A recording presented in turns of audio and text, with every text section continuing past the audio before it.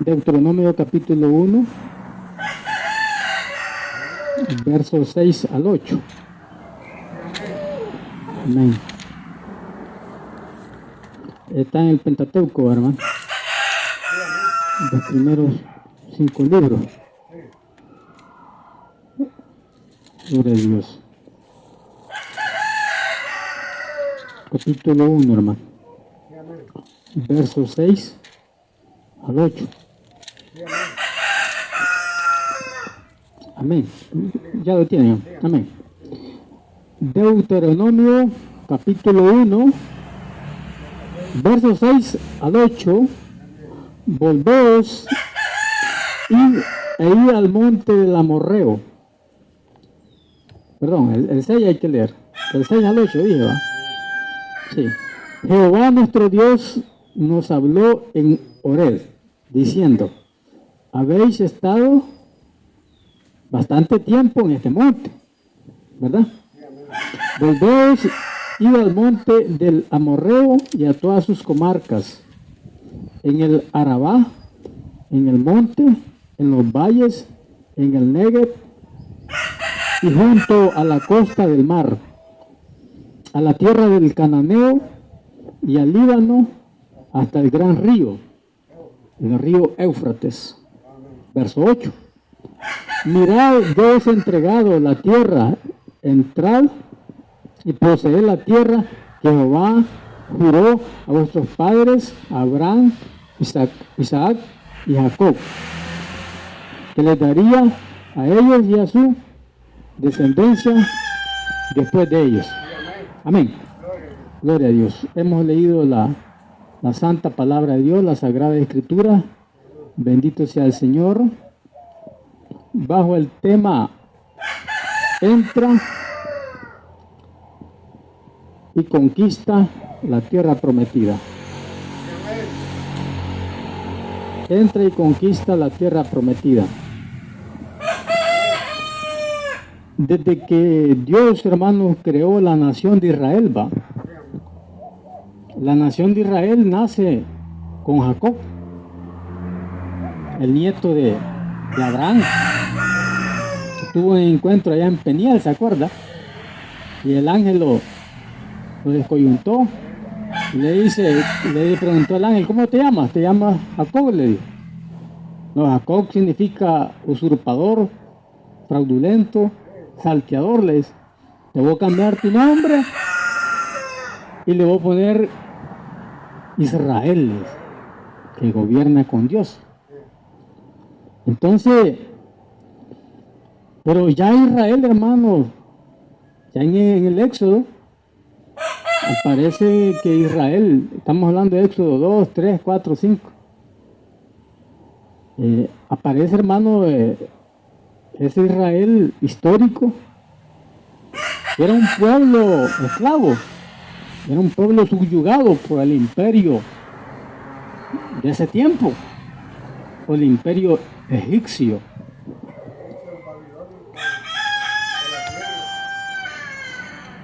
Sí, pero en ese tiempo era el imperio egipcio el que estaba, el imperio más fuerte, más poderoso. El imperio. Posteriormente aparecen los otros. Sí. Entonces, Israel se convirtió en un pueblo esclavo. Ya sabemos que Dios prepara a Moisés. Moisés sale huyendo para Madián, 40 años tenía, y en el desierto de Madián Dios lo prepara, lo forma para pasar el desierto. Pasa 40 años ahí y le hace el llamado en la zarza ardiente para que Moisés, el caudillo, el libertador, el legislador, el profeta, fuera a Egipto a confrontar al faraón, que dejara ir al pueblo. Y sabemos la historia, la narrativa bíblica, hermanos, que el faraón puso resistencia. ¿Quién es Jehová para que yo deje ir a Israel, va? Pueblo de Israel.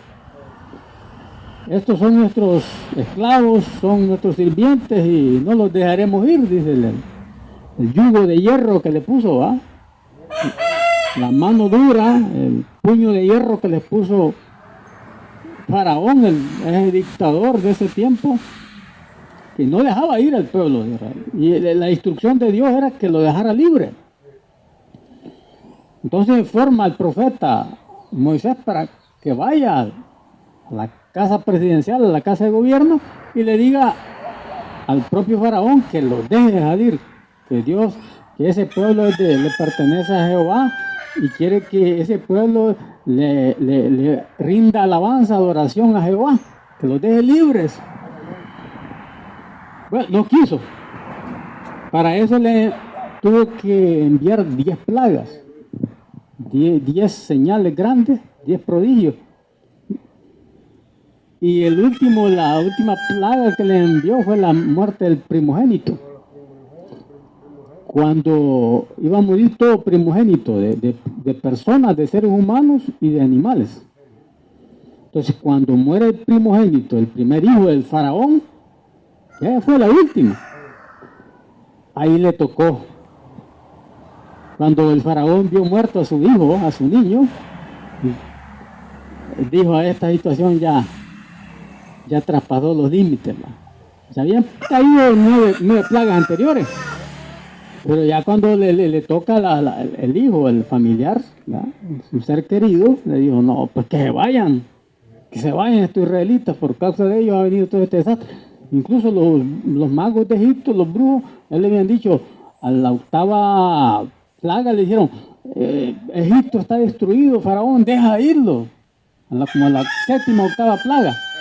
Le dicen, lo asesoran y le dicen: deja irlos porque ya... que no ves a Egipto destruido, devastado por estas plagas. Y él todavía se endureció, dice, va. Pero cuando muere el primer hijo de él, se siente trastocado, porque se le muere el hijo, va. Y es allí en ese momento que los deja ir, que se fueran. Pero cuando ya estaban a punto de pasar el Mar Rojo, porque estaba el Mar Rojo, y el faraón se le da el plan de perseguirlos nuevamente. Pero ya vemos la historia, ¿va? Entonces, después de la liberación de Egipto, los israelitas hacen una travesía en el desierto, 40 años. En ese momento tenían como más o menos unos 2 años de haber sido liberados de Egipto, del yugo egipcio. Moisés le dice: hay que conquistar la tierra, ¿va? Que el Señor nos promete. El Señor nos ha prometido una tierra que fluye leche y miel, ¿verdad? Y le dice el pueblo: enviemos 2 espías que hagan una misión de reconocimiento, una misión de exploración del terreno, de la tierra prometida, como es, que la vean con sus propios ojos. Dice que escogen uno de cada tribu, de las 12 tribus de Israel, o sea, van 12 espías a una misión, a una operación secreta, a una misión de reconocimiento del terreno. Y dice que 40 días pasan reconociendo la tierra prometida. Pues de los 12 espías, 10 traen un reporte negativo y 2 dan un informe positivo. Sí. Entonces, después que vinieron de reconocer la tierra, el terreno, dieron su informe, dieron su reportaje de la exploración. 10 de ellos, la mayoría, habló mal, habló pesimista, habló de manera negativa y dijo: esas ciudades son amuralladas, ¿va? Allí hay una raza de gigantes, ¿va? Están los hijos de Anac, los anaseos, los efraitas, y contra eso no vamos a poder luchar, porque esos son gigantes y nosotros parecemos langostas a la par de ellos.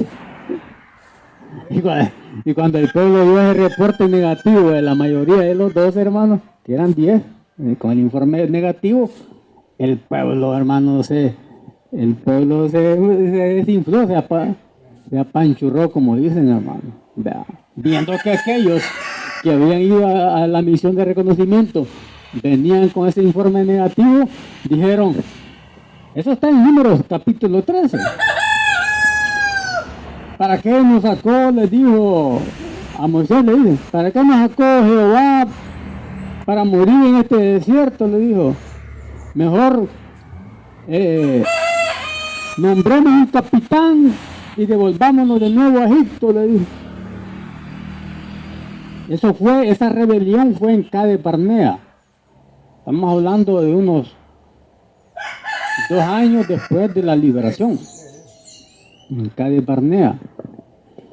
Entonces, el pueblo de Israel murmuró. ¿Por qué? Porque la instrucción, hermano, era de ir a conquistar la tierra prometida que el Señor dice que les había prometido. Les prometió a sus ancestros, a los patriarcas, y que Él la iba a otorgar a ellos. Entonces, hermano, viene y le dice ¿cómo se llama? Uno de los que hicieron un reporte positivo, Caleb. Subamos, le dijo. Subamos porque nosotros vamos a conquistar. Y lo mismo Josué va. Solo Josué y Caleb dieron un informe positivo. Una minoría, hermano. A veces la mayoría se equivoca y a veces la minoría tiene la razón. Entonces, Caleb dice que dijo, subamos que vamos a conquistar. Lo mismo Josué va. De tal forma de que por esa rebelión, por ese pecado, les dice Moisés en el mismo relato de Deuteronomio capítulo 1, versos 36, 37, que porque Dios se enojó con ellos, porque ellos no entraron a la tierra prometida, los que murmuraron no entraron, murieron en el desierto, sino que solo iban a entrar los de 20 años para abajo. Sí. Esos otros iban a morir en el desierto. Y Josué y Caleb y los hijos de ellos. Pero el mismo Moisés, que fue el caudillo que los liberó allá del yugo egipcio, el mismo Moisés dice que Jehová, el Señor, se enoja con él, ¿va?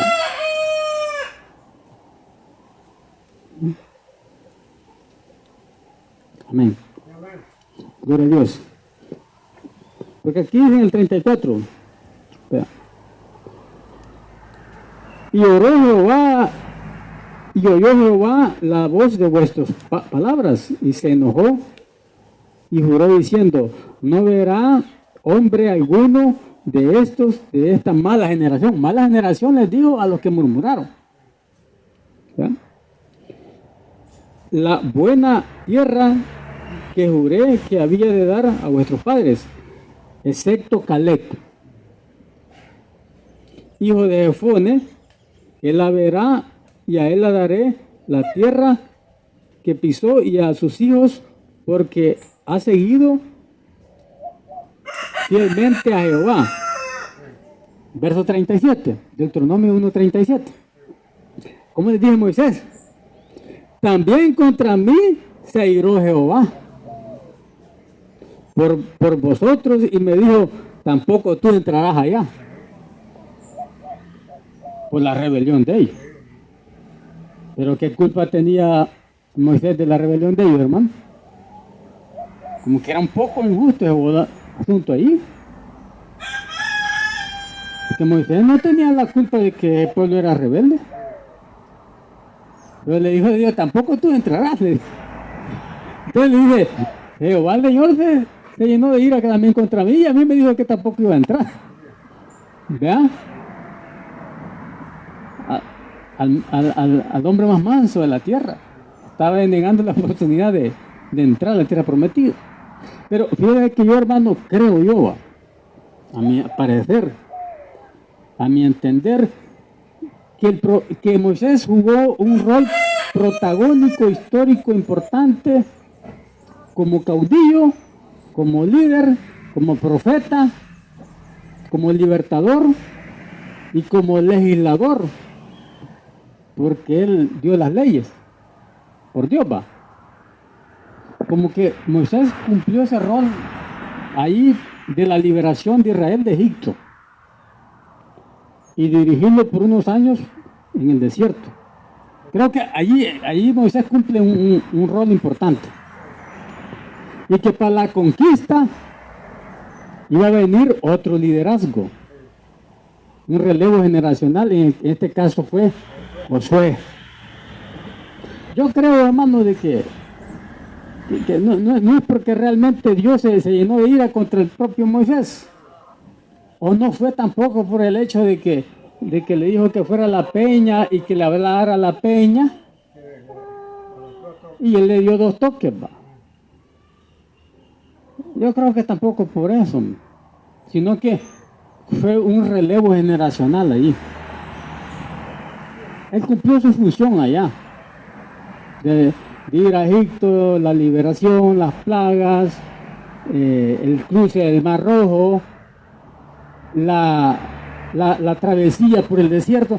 Yo creo que Moisés cumplió, era juez también porque administraba justicia, designó capataces, administración delegada. Yo creo que Moisés hizo su obra, hermano. Que la función, la acción de entrar a conquistar la tierra prometida era por ya otro líder que iba a tomar ese rol protagónico. Sí, yo creo que por eso fue. Bueno, y muere Moisés. Desde lejos, desde la ribera, vio la tierra prometida, la pudo palpar, la pudo percibir, pero no entró. Sí, no entró. De tal forma que muere Moisés y aparece un nuevo liderazgo, ¿verdad? Era Josué. Josué y su ejército conquistan ya la tierra prometida. Josué era uno de los 2 espías, junto con Caleb, que dieron un reporte positivo, porque tenían otro espíritu. Los otros dieron un reporte negativo y desanimaron y desalentaron más al pueblo por el informe negativo que habían llegado. Esos no entraron a la tierra prometida. Ellos se quedaron en el desierto y allí murieron. Entraron los otros que tenían de 20 años para abajo en ese momento. Sí, pero estos de 20 años para arriba no entraron, ¿no? Pero dice que muere Moisés y nadie sabe, hermano, dónde fue enterrado. Nadie sabe. Y Dios guardó el lugar donde fue enterrado Moisés, porque los israelitas tenían aquella tendencia a la idolatría. No, hombre, hubieran venerado y adorado el cuerpo de Moisés y le hubieran dado como una peregrinación idolátrica, y hubieran adorado el cuerpo de Moisés, que Moisés les había ido, el gran líder, el libertador. Pero es que Dios dice que sepultó a Moisés y no se sabe a dónde. En Judas dice que Satanás contendió con el arcángel Miguel por el cuerpo de Moisés. Pero fue porque Moisés, antes de ir al desierto de Madián, digamos en defensa propia, digamos, de salvar a otro hebreo, porque un egipcio estaba maltratando a un hebreo. Moisés era quizás corpulento, grande, fuerte, y se le pasó la mano tantito y le pagó un sopapo al egipcio y mató al egipcio. Por vindicar al otro, por salvar al otro, pues. Pues no es que lo quería matar, sino que le pasó la mano al hombre. Y no, Moisés salió huyendo. Entonces cuando muere Moisés y Jehová el Señor lo sepulta en secreto, no se sabe a dónde, dice que Satanás contendió con el arcángel Miguel por el cuerpo de Moisés. Estaba acusado, oiga, el acusador, porque Satanás es el acusador. Lo estaba acusando de que Moisés había matado al egipcio. ¿Y cómo lo estaba acusando? Si a Dios lo había perdonado ya. Dios lo había perdonado, hermano. Y le dijo el arcángel Miguel, el Señor te reprenda. Y Satanás tuvo que salir huyendo porque estaba disputando por el cuerpo de Moisés. Ya Dios lo había perdonado, Dios lo había justificado. En el desierto, había pasado el gran desierto, Dios lo perdonó, lo redimió, lo justificó, lo salvó. ¿Qué más? Pero el acusador siempre acusa. Entonces, hermano, ya en la tierra prometida hay frutos grandes, hermano. Hay uvas, un racimo de uvas. Dice que un racimo de uvas en la tierra prometida, hermano, tenía que cargarlo 2 hombres con un poste, cargándolo. Porque ese racimo de uvas eran grandes, hermano. La tierra prometida, la tierra que fluía leche y miel. ¿Vea? Entonces eran racimos grandes de uvas, hermano. Entonces, era una tierra fértil, una tierra que había productos agrícolas, habían frutas, había que comer, hermano. Pero lo que los asustó fue que dice que habían ciudades amuralladas y habían hasta gigantes. Habían los hijos de Anak. Los hijos de Anak eran unos gigantes, eran unos titanes, unos gigantes que en la Biblia describe que hubo gigantes en el tiempo pasado. ¿Cómo es el origen de esos gigantes? Los gigantes nacen porque los ángeles caídos que se fueron con Satanás, cuando Satanás, en la rebelión de Satanás, vieron que las hijas de los hombres eran hermosas. Y se llegaron a ellas. Producto de esa relación antinatural, nacieron esos híbridos, esos fenomenoides, gigantes. A ver cómo fue esa fecundación ahí, pero esos ángeles caídos o demonios se materializaron y tuvieron que ver con los hijos de los hombres, las mujeres, con las mujeres, pues. Y nacen los gigantes. De ahí nacen los Nefilim, raza de gigantes, de Génesis capítulo 6. Y por eso viene el diluvio y destruye a un montón de gigantes de esa época. Pero quizás después, esos ángeles caídos, ángeles caídos son demonios, se materializan nuevamente, hermano, y tienen que ver con las mujeres, y nacen otra raza de gigantes, los efraitas y los anaseos. En Deuteronomio 3:11 aparece Og, rey de Basán, y dice que tenía una gran cama porque era gigantón. El sujeto ese era un gran gigante, un fenómeno. Entonces, le tuvieron miedo a estos hijos de Anak, a estos fenómenos, a estos titanes. Eran fenómenos, eran gigantes, pues. Entonces dijeron ellos, no vamos a poder conquistar, están esos gigantes ahí. Y nosotros nos parecemos como langostas, como insectos, a la par de esos gigantes. O sea, a los gigantes los veían gigantes y a Dios los veían pequeños. Bueno, y que no habían visto las maravillas de Dios en el antiguo, cuando en la liberación de Egipto, pues. Dios envió 10 plagas para liberarlos. Dios en el desierto le mandó maná. Les envió las codornices para que comieran. columna de fuego de día, columna de nube, columna de fuego de noche, columna de nube en el día. La provisión de Dios en el Antiguo Testamento, en el desierto. El agua en el Orec, el agua de manantiales que sacó ahí, va. El agua amarga que se convirtieron en dulces. ¿Se acuerdan? Los hechos distintos. Dios hizo maravillas tanto para librarlos como en el paso por el desierto. Ya no se acordaban de eso ya. Entonces veían los gigantes, a Naceo los veían gigantes y a Dios lo veían pequeño. Entonces, ellos tomaron la decisión de murmurar contra Dios. Ellos murmuraron. Y esa murmuración les hizo daño porque, uno, cayeron muertos en el desierto. Y dos, no entraron en la tierra prometida.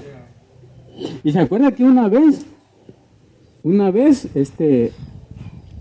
les envió una plaga de serpientes que los mordieran también, por murmuradores, en el desierto. Entonces, pero Josué y Caleb, dije que tenían un espíritu diferente. Y dijeron, subamos, que vamos a conquistar la tierra prometida. Dios nos ha dado esa tierra en promesa y Él va adelante con nosotros y nosotros la vamos a conquistar. Entonces podemos ver ahí, hermanos, en capítulo 14 de Josué. Josué capítulo 14, versos 13 y 14. Josué entonces le bendijo y dijo a Caleb, hijo de Jefone, y le dio a Caleb, hijo de Jefone, a Hebrón por heredad. Hebrón era una tierra era un terreno, mejor dicho, de la tierra prometida. Pero ahí estaban los amorreos. Pero cuando ellos batallan, luchan para conquistar, Josué y su ejército derrotan a 31 reyes amorreos. Eran bastantes. La tierra prometida estaba el Negev, estaba el Líbano, estaba Hebrón. Aquí era grande, era un terreno vasto, hermano, inmenso. Entonces, ellos conquistaron ahí todo ese terreno. Entonces a Caleb le dieron Hebrón. Josué 14:14.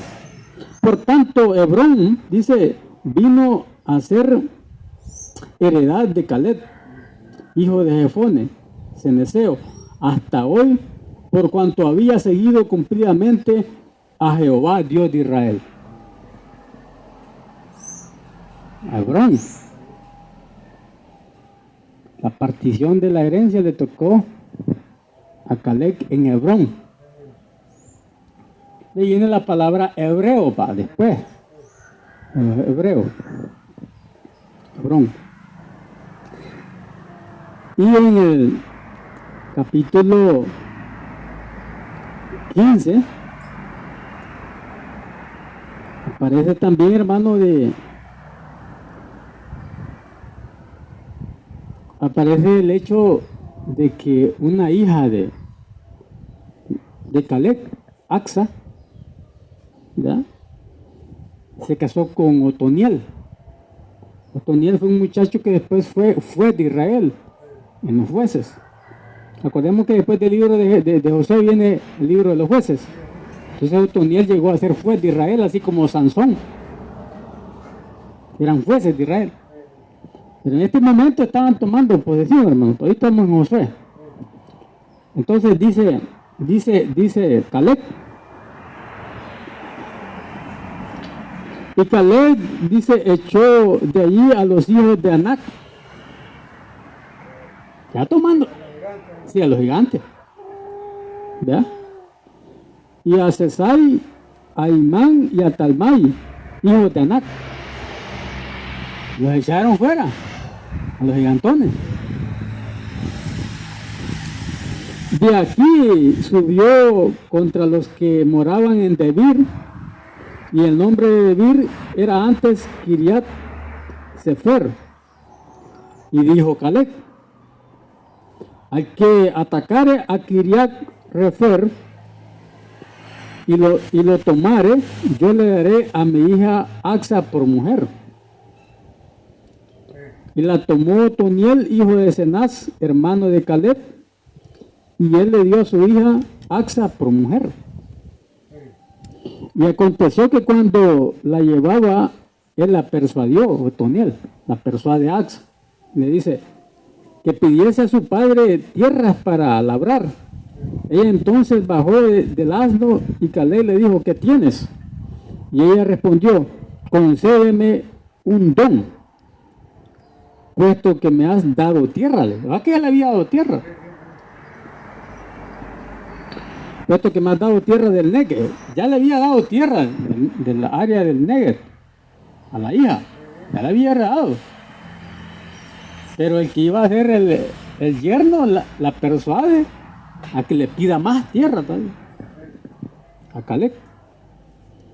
Puesto que me has dado el Negev, dame también fuentes de aguas, manantiales de agua. Entonces le dio las fuentes de arriba y las de abajo. El yerno la persuadió que le diera. Entonces Caleb ya le había dado a la hija en el Negev, y por petición de la misma hija le da fuentes de manantiales. Entonces vemos, hermanos, de que ellos, hermanos, conquistan, ¿va?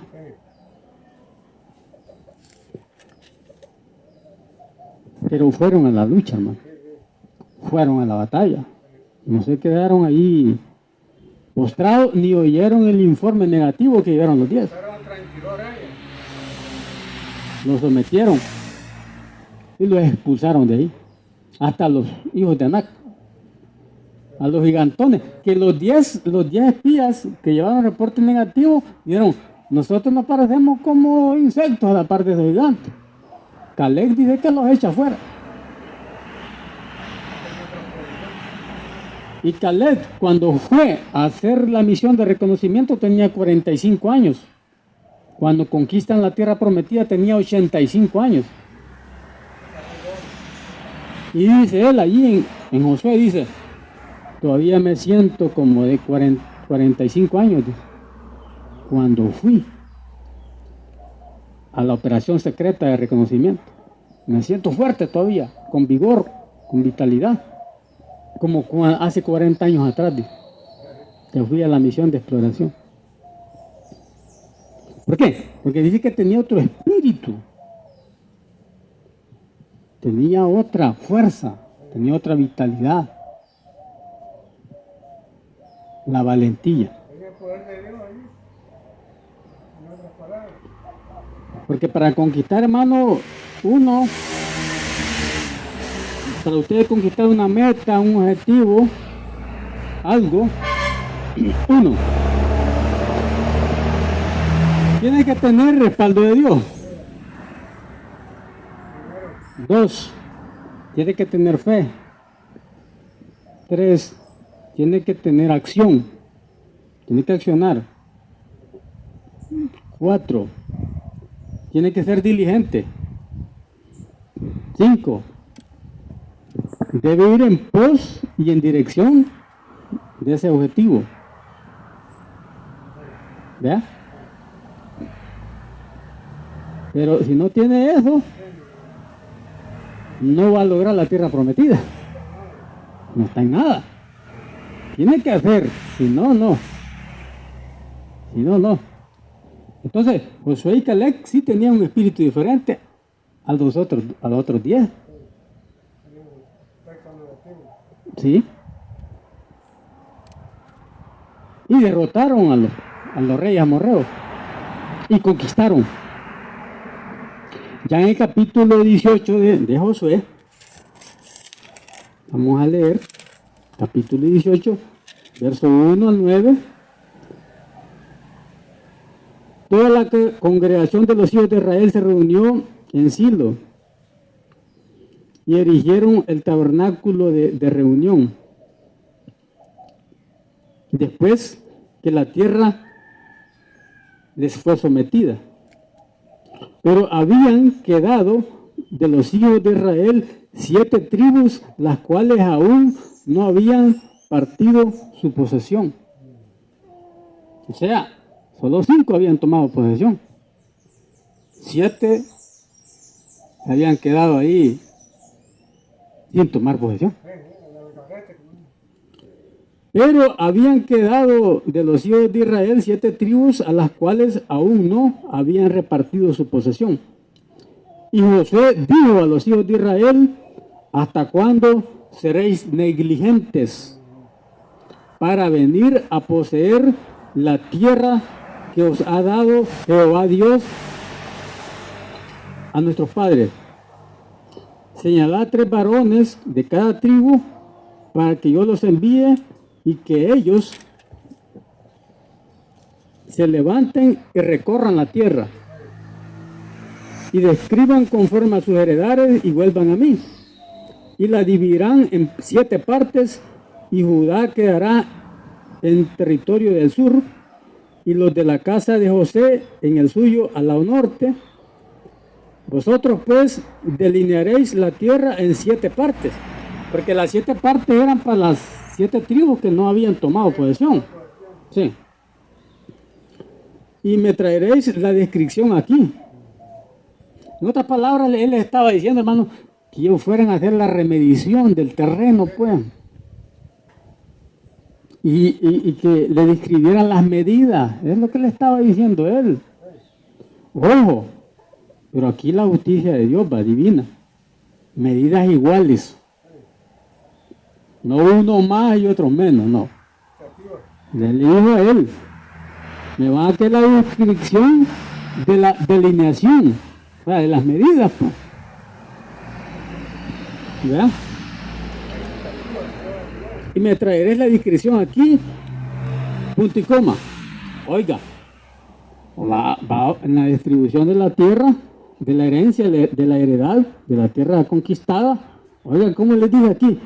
Y yo os echaré suertes aquí delante de Jehová nuestro Dios. No de manera autoritaria, a vos te toca allá, a vos te toca allá, y No, no. Él iba a echar suertes para hacer una partición igualitaria, una partición justa, una partición equitativa. Él iba a echar suertes delante de Dios. ¿Ya? Pero los levitas ninguna parte tienen entre vosotros, porque el sacerdocio de Jehová es heredad de ellos, ¿no? ¿Verdad? Levantándose pues aquellos varones fueron y mandó a José a los que iban a delinear la tierra, diciéndoles: id a recorrer la tierra y delinearla y volved a mí para que yo os eche suertes aquí delante de Jehová en Silo. Fueron pues aquellos varones y recorrieronla. Fueron las 7 tribus restantes que no habían tomado posesión, fueron. Porque él les dijo: bueno, ¿y ustedes hasta cuándo van a ser negligentes en tomar la tierra por posesión? ¿Y ustedes qué les pasa, pues?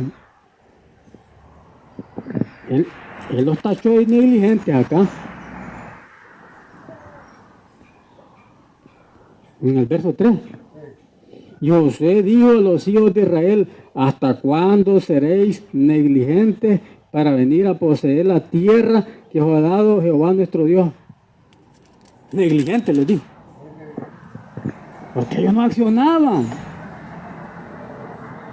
No tomaban diligencia. Porque lo contrario de negligencia, ¿qué es? Diligencia va. Accionar, pues. La acción, la diligencia es el acto de de moverse, de movilizarse, de accionar, tomar algo. Él les dijo, ustedes son negligentes, hombre, ya la tierra está conquistada, no la toman por posesión. ¿Qué les pasa a ustedes? Dos tipos, aquellos no querían ir a conquistar porque tuvieron miedo, y estos, ya una vez conquistados, no tomaban posesión. Pero Josué les dice, es que Josué era otra cosa, pues. Josué era un líder, era un militar, era un guerrero. Y les dijo, ustedes son negligentes, tómenla, vayan a medirla, me traen la discreción técnica de la medición y yo voy a echar suerte para que sea una partición equitativa. Punto. Entonces les dije, fueron pues aquellos varones y recorrieron la tierra delineándola por ciudades en 7 partes. En un libro, y volvieron a Josué al campamento en Silo. Y Josué les echó suerte delante de Jehová en Silo, y allí repartió Josué la tierra a los hijos de Israel por sus porciones. Porciones iguales. No es como hoy, que siempre en las familias hay un animala, y esa animala se queda con la mayoría del terreno y reparte como a él o a ella le da la gana.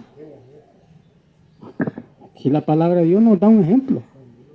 Aquí fue un reparto equitativo, una partición hereditaria igualitaria, y se echó suertes para que nadie estuviera inconforme. No fue una imposición, no fue una usurpación, no fue algo fraudulento, no fue algo a espaldas de los demás. La palabra de Dios nos da un ejemplo acá.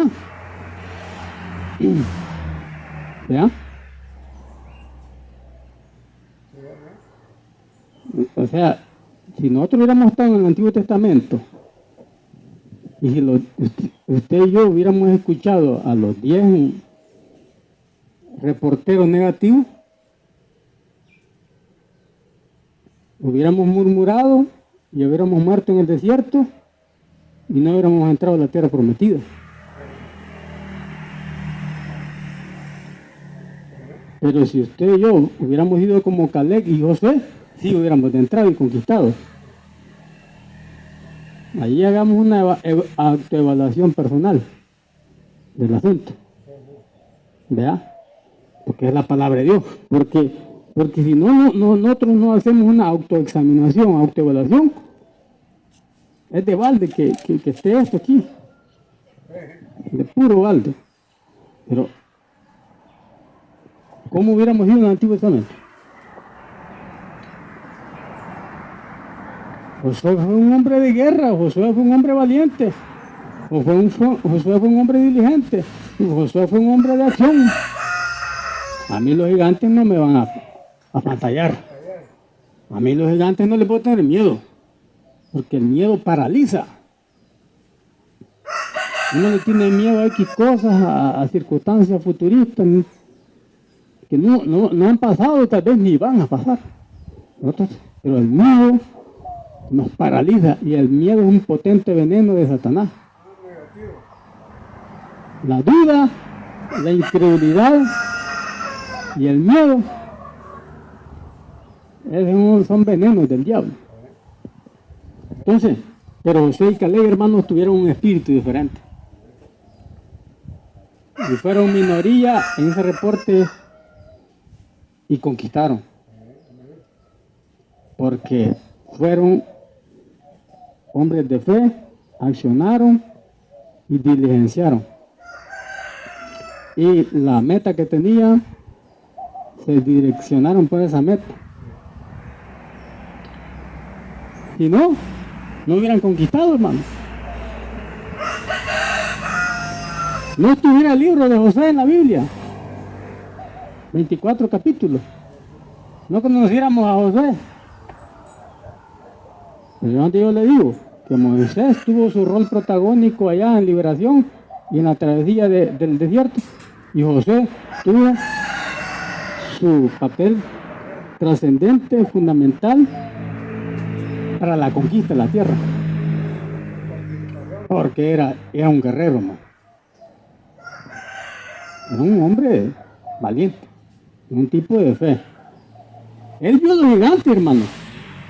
Él vio a los hijos de Anac. Josué, él los vio porque él fue a la misión de exploración, a la misión de reconocimiento, en la operación secreta, para ver el terreno. Pero él no les tuvo miedo, ni Caleb tampoco. Ninguno de los dos. No solo los otros 10. Pero aquellos no entraron, se murieron en el desierto. Y estos sí entraron y conquistaron. ¿Ves la gran diferencia? Aquí a los gigantes los vieron grandes. A Dios lo vieron pequeños. Y Josué y Caleb a los gigantes lo vieron pequeños. Y a Dios lo vieron grande. Todo está en la mente. La mentalidad. Aquellos tenían una mentalidad de desierto. Estos tenían una mentalidad de conquista. Todo está en la mente, hermano. En la mente podemos tener 1000 ideas, 2000 proyectos, pero si usted no se direcciona en ese objetivo, en esa meta, solo va a quedar en la mente. Tiene que accionar, diligenciar, trazarse y direccionarse en pos de esa meta. Porque puede tener 1001 ideas y métodos, objetivos, y puede tener, pero si no, no pasa nada, hermano. ¿No? Démosle un fuerte aplauso a Dios, hermano. Amén, gloria a Dios.